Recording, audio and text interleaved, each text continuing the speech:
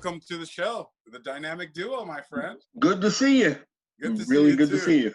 Good to see you too. So today, as we talked about, what we're going to talk about, and what we want to do is kind of establish our positions for if people ever want to see where we stand on things before we start talking about current events and the latest news and things like that. So today's topic is choosing our favorite superhero directors. What's your thought?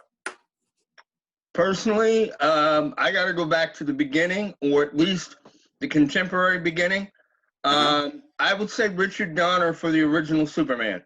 In all honesty, I feel that he nailed pretty much everything that DC needed, that Warner Brothers wanted. The casting decisions, for the most part, were fantastic. I really thought that he did a wonderful job with the script that the Salkinds gave him. There were a couple of things that I would have done a little different, but outside of my personal feelings, I really thought he did a fantastic job. I think that's a great choice, and I think it's an underrated choice for most people. They won't get what you mean, and if I may, here's what people don't get about Richard Donner's Superman. There was a tremendous limitation in terms of special effects as to what he could do.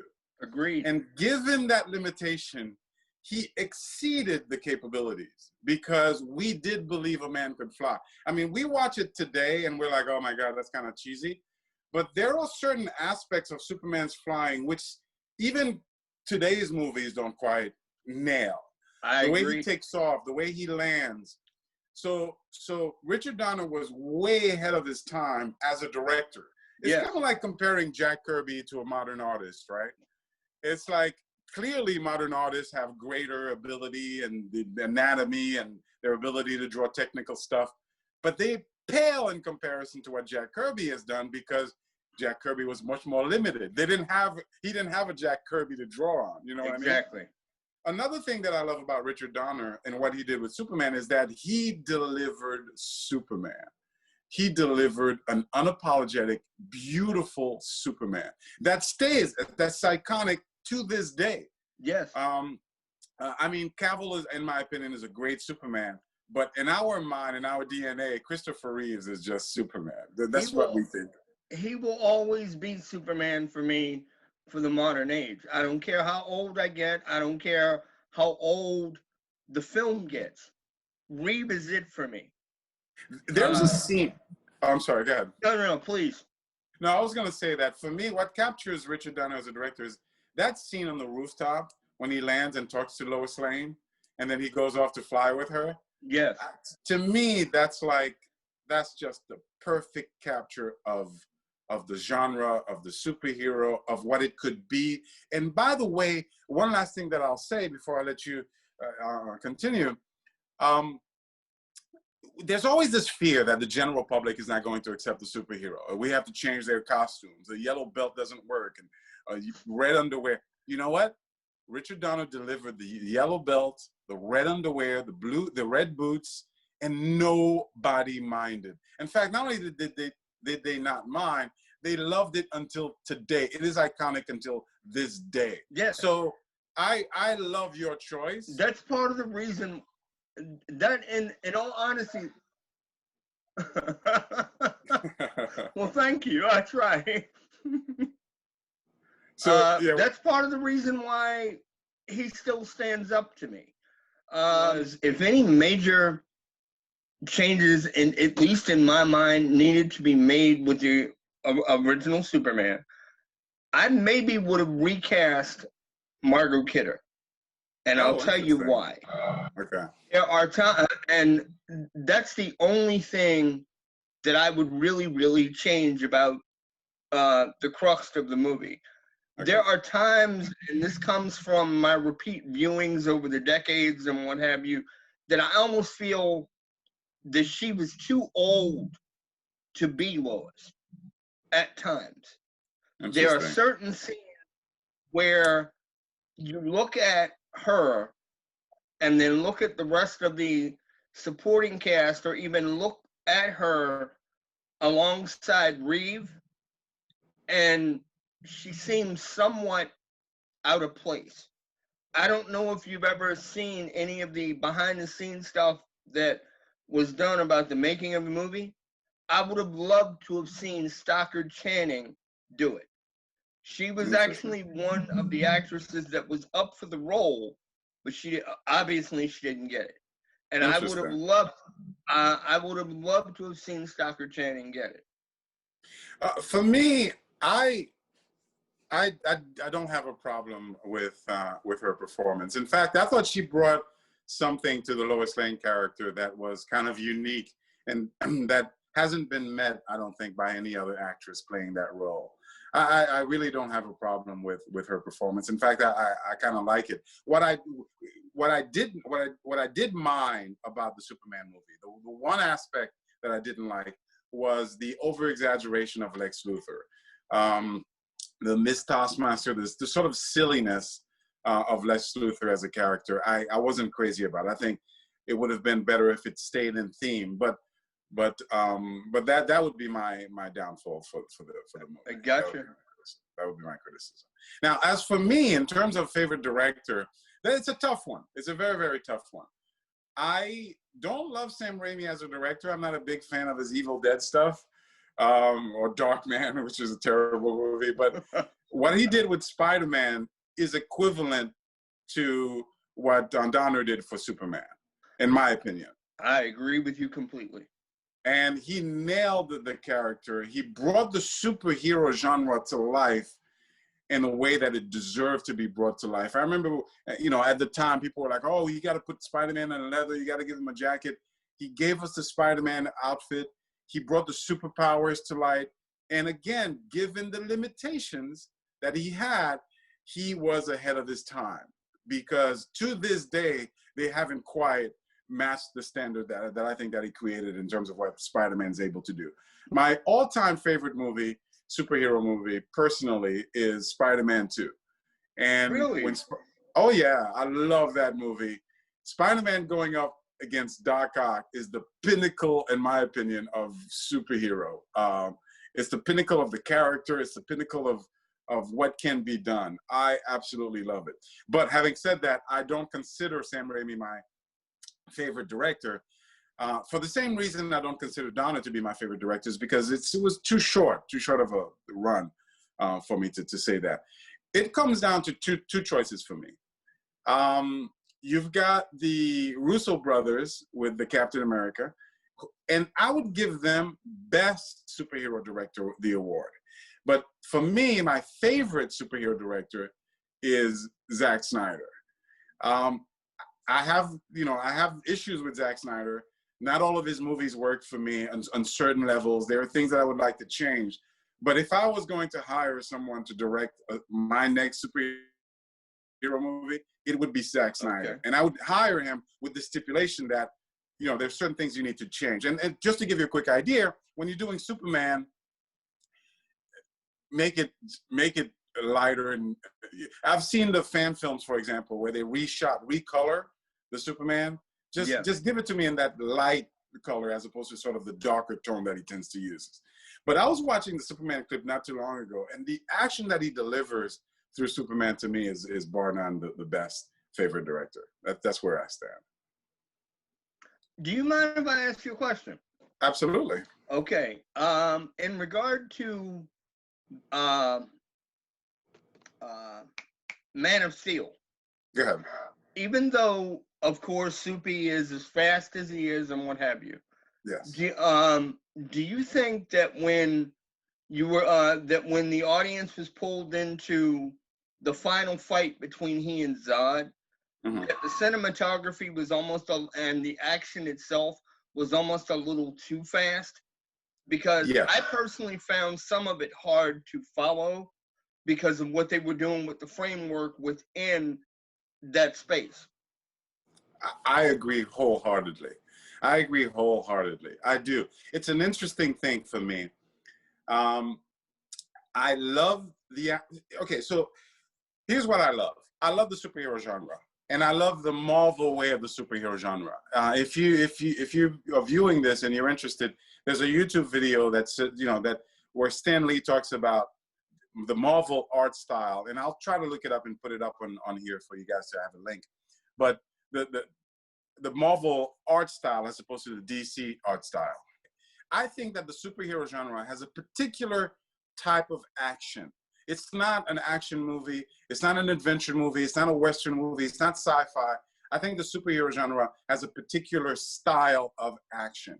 And I think that Zack Snyder delivers that style better than anybody else, in my opinion.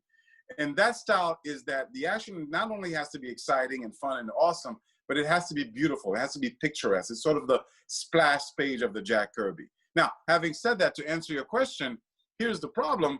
Yes, he delivered that in Superman. He delivered it in a beautiful and dramatic way. However, in the last fight scene, I agree with you. It was a little too fast. It was a little too jumbled. You couldn't keep track. It wasn't quite there. And yeah, so Superman, given my experience of watching Superman, I came out of the theater thinking, wow, that was a great movie. Not my favorite movie. It didn't resonate with me. And it didn't resonate with me for two reasons. I hated the fact that Zack Snyder changed the core of Superman so much in terms of his origins, in terms of how he came to be, reporter. He just went too far. I didn't like the fact that they revamped the suit and made a darker tone rather than the original Superman suit that was as it was intended to be. And so those two things really detracted from my appreciation and my connection to the movie. Having said that, I thought it was a great movie. Otherwise, that's where I felt about it. I'm inclined to agree with you. I really, although I've come to accept it, I do not like the mesh pattern within the suit. There's something about it that just doesn't work for me. I agree. And unfortunately, because of what it is, and this goes into lighting and being able to handle certain shadows and what have you through the cinematography and through the lighting and whatnot. As you stated, it's too dark. It's not the character. Yeah. In a weird way, it's almost the same type of thing, but on a little bit of a different scale for Batman in a sense. Because although I am a huge Batman fanatic, my problem with a lot of the Batman material is as they've done the suits, and I do realize that each person is doing their own interpretive thing for Batman, they're not allowing the suits themselves to progress in a cohesive style. They're progressing the suits because they're going from cloth and from what Tim Burton did for the contemporary age and into other things, but it's a matter of, for instance, for Batman versus Superman, and I'm not picking on anything, but and then again, maybe I am. It's a matter of, with the armor that Bats created, they didn't even allow the audience to see the progression of how he started that armor. You just ended up seeing him in it, and it was sort of like, wow, and the audience was supposed to go nuts because they were catering to us. And it was a matter of, we don't need to explain this. We're not going to explain this. We're just going to have it there, and you're going to accept it. And that's part of where I have a problem with a lot of what the individual creators have done with Batman, with Superman, and even some of the other characters over time. Because yes, the costumes have changed in the comics and certain other things have changed, but they're not explaining the changes. The same thing happens to a degree with the Batmobile, in my opinion. You go from one type of car into another, and a lot of the changes don't make sense. At least to me. No, I agree with that. There seems to be, and we the fans are guilty of this. The fans are guilty of this. There's a shame, an inherent embarrassment that we feel about this genre, that we feel that we need to apologize for. And what Hollywood has done is they've clapped on. I don't know if they've started it, but there's a collaboration of ideas when it comes to this. Like, we need to apologize for these superheroes, for the genre, and we need to legitimize them by making it real. And therefore, it's not realistic for Batman to be Batman. We need to put him in armor. We need to find a, we need to. So I have a particular pet peeve with that. I love the genre. I love the superhero genre as it is. And the mistake that fans tend to make is that when they think of the superhero suit, they think of the Comic-Con, cosplay quality level. Yeah. And that's a mistake, because that is not good enough. But if you were to take the suits as they were designed and really put some Hollywood money behind it and deliver the suits as they were supposed to be, they would look as good as anything else. And they would work as well as anything else. They don't need to be legitimized. And that's one of the problems that I have with, let's say, they talk about Marvel versus DCs, which I don't ascribe to. I think that's a silly thing. But looking at the Superman costume, I don't like the changes. I would have preferred the shorts to be what they are. But to me, Superman is closer to Superman than Captain America has been to Captain America. Batman, the Zack Snyder version, is closer to Batman than, let's say, Falcon or Hawkeye or any of these characters have been to their characters. I want to see the unapologetic delivery of these characters. When I say unapologetic, I mean well done, high quality, delivered, not cheap cosplay. But I want to see the genre. So in that sense, I agree with what you're saying with respect to Batman, is that they haven't really quite found Batman just yet. Is it a realistic approach? Is it the superhero approach? It's too dark, and we're losing the superhero genre that started it in the first place. Now, having said that very quickly, I think Batman Begins is a masterpiece, and I think The Dark Knight is, perhaps the greatest superhero film ever made, because it's not 100% superhero. But that's my issue with it. So let me ask you this. Let me ask you a question. Given our choices for director, favorite director, what's your favorite superhero movie? Out of all of them, I would honestly say the first Avengers. Oh, really? Interesting. I really thought that the movie was nailed. Wow. And especially for the simple fact that it gave you the team. Okay, yes, it had some changes and there were some differences, but I tilt my hat to the Russos and everybody involved. Well, the first Avengers was Joss Whedon, remember? Yes. Yeah. But weren't they still the producers? Oh, I'm not sure. You may be right. I though. thought they were. Okay, he might be right. Knowing that he had to deliver a team, even though other material had been done, because of course we had the X-Men and what have you, but that was not entirely the X-Men. There were elements to that first movie that were cute and entertaining, but it wasn't the X-Men. It was not the X. Please don't even mention the X-Men to me, please. You know how much. But I really thought for a direct outing to say, okay, we're finally going to give the audience the team. I thought it was delivered on a silver platter. Interesting choice. Interesting choice. Here's why it's not my first choice. I think it's a great movie. And I think given what he had to do, I agree with you 1,000%. Joss Whedon delivered. Team component, dramatic. He brought the genre to life. He brought our characters to life. Here are my two issues with it. And it's a similar issue that I had with Zack Snyder's Superman movies. Um, two things. The apologetic approach to the costumes. I hated Captain America's costume. I hated it. The zipper everywhere. You know, compare that to Age of Ultron. That costume to me is the best Captain America costume that the cinematic verse has delivered.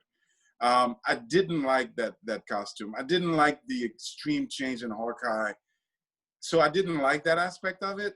It wasn't 100% to me, so it detracts from my appreciation of the movie. Right. The second thing is that the action, while it was there, and don't get me wrong, don't misunderstand me, it was very entertaining action, well-delivered action. It lacked a little bit of that superhero oomph that I like. If you look at, for example, the Snyder delivery on action, Justice League, you know, the scene where, you know, Wonder Woman runs along the wall, turns around with the sword and attacks that guy. Those scenes were lacking, in my opinion, in the Avengers delivery. There were several scenes where, as a person, I'm thinking to myself, oh, I would have done that better. And a quick example is when Thor goes up to close the gap with his lightning. You know, the way Josh Whedon delivers it is that he flies up to the building, he's holding on, and he, you know, puts the hammer up. I would have delivered that in a much more dramatic and much more beautiful. I mean, I could just visualize what that would have been. You know, Thor just floating with the hammer, you know, swirling on his head. I mean, there are so many cool ways I would have delivered it. So on those two little points detract from making it my #1 movie. Okay. Don't get me wrong. I'm not hating on the movie. I love the movie. I agree with everything. But in terms of it making it my favorite absolute movie, it's not the thing. As I said earlier, my favorite absolute movie, it's a tough choice, but I'd have to give it to Spider-Man 2. And the reason is because, particularly given the time, it delivered the superhero genre, and it delivered Spider-Man in the ultimate way possible. I don't watch this movie and think, oh, I would have done this different. There's nothing lacking to me in that movie. And it maximized the action. It maximized the superhero style of fighting and action. It maximized the character. It brought them to life. And it did it in a way that nothing previous had done. Nothing. So it's equivalent to Richard Donner's, but except delivered in a better way, because there were much more sophistication in terms of in terms of CGI, in terms of capability. So it's Richard Donner's vision delivered even more action packed, in my opinion. Gotcha. So that I'd have to give that my favorite superhero movie. You know? Quick inquiry for you. Sure. How do you feel about most of the villains in these films dying? Because they kind of ruin themselves when they get rid of the villains, because in most cases you can't bring them back, and they're constants within the comic line.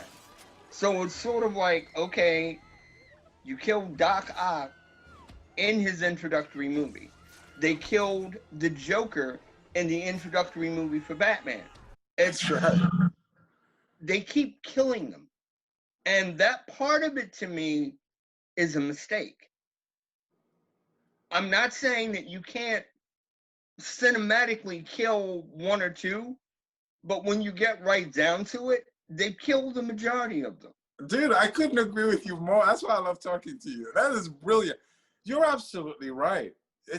You're absolutely right. You're limiting yourself when you do that. I've never understood that as a concept, production-wise, studio-wise, anything, because I think that's part of how and why a lot of the studios are backed into corners, because it's a matter of, okay, we got rid of this person in this movie.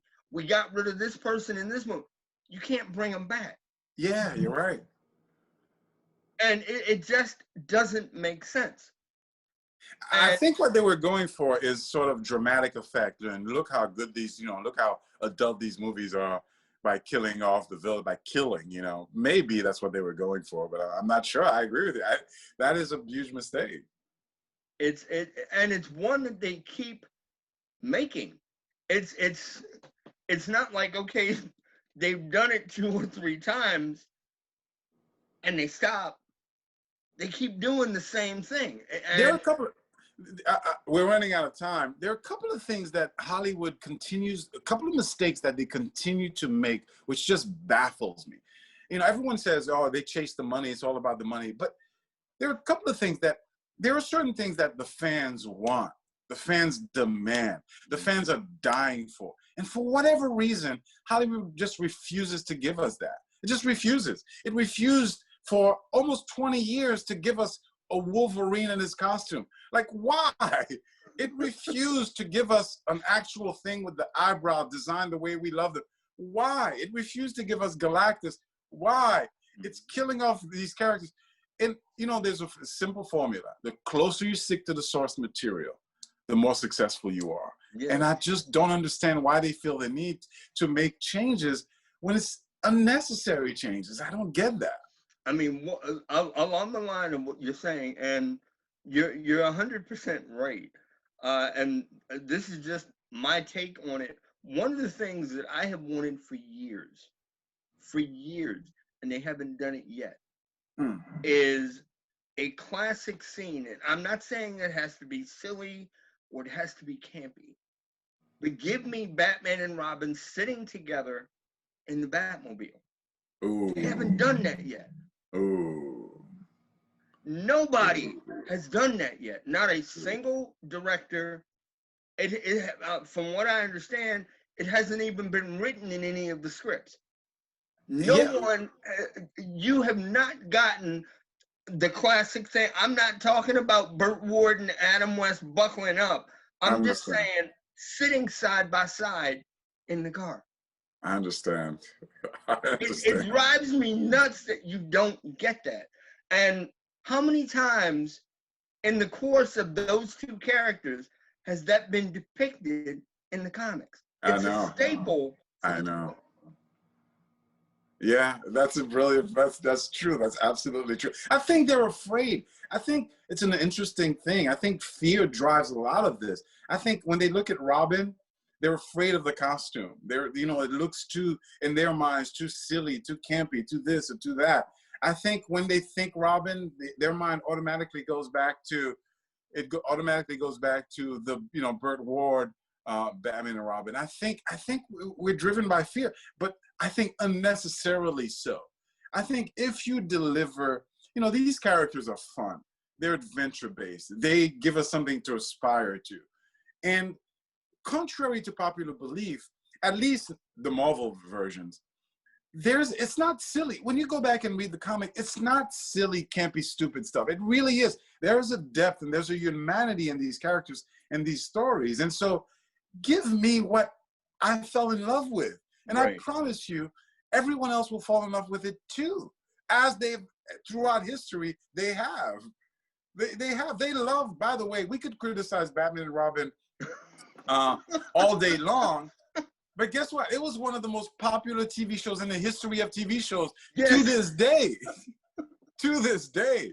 You know, we can criticize Superman's yellow underwear, red underwear all day long, but guess what? Sorry to say this, but Richard Donner's Christopher Reeve's Superman is more iconic than my favorite Superman, Henry Cavill. It is.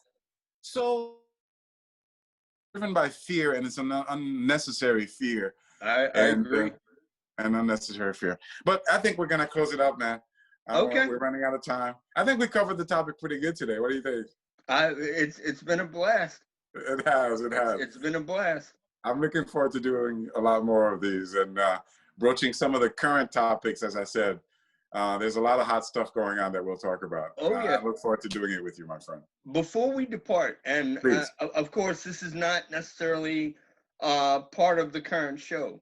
How do you feel about the fact that they're working on a Batgirl movie, and I'm not beating a dead horse here, but how do you feel about the fact that they're working on a Batgirl movie and we still haven't gotten the dynamic duo? That's interesting. That's a great question. Why would you do that backwards? I think my answer stands. I think they're afraid of Robin. I think they don't know how to deliver Robin. I think they don't know how to do the costume. I think in their minds, Batwoman is more quote unquote legitimate or quote unquote mature or less silly. I think that's the only thing I can think of. That's the only thing I can think of. Have you watched the Batwoman television series? I have not. Okay. I should have. I should have, but I have not. No. I should have. I have issues. You do. Interesting. What do you think? By the way, that's going to be a current next great topic. What do you feel about the change? Because the internet blew up with the black Batgirl. So that's a topic that deserves its own show. But you're gonna hate me. You're gonna hate me for saying this. Go ahead. It doesn't work, at least to me. I don't know why you think I'd hate you, because we feel pretty much, similar on many issues, even though we disagree on other issues. But no, but let's reserve that. That's a topic in and of itself, because it's not a topic that can be broached lightly. And I do think you can deliver a black Batgirl, because I think if it's a different character, that's perfectly fine. Listen, let's not start the topic. Let's close the show for today. I hope you guys enjoyed watching it. I hope you enjoyed the conversation. We're looking forward to your comments, and we'll talk to you later. See you next issue. See you next issue, my brother. Bye-bye. Take care now. Take care.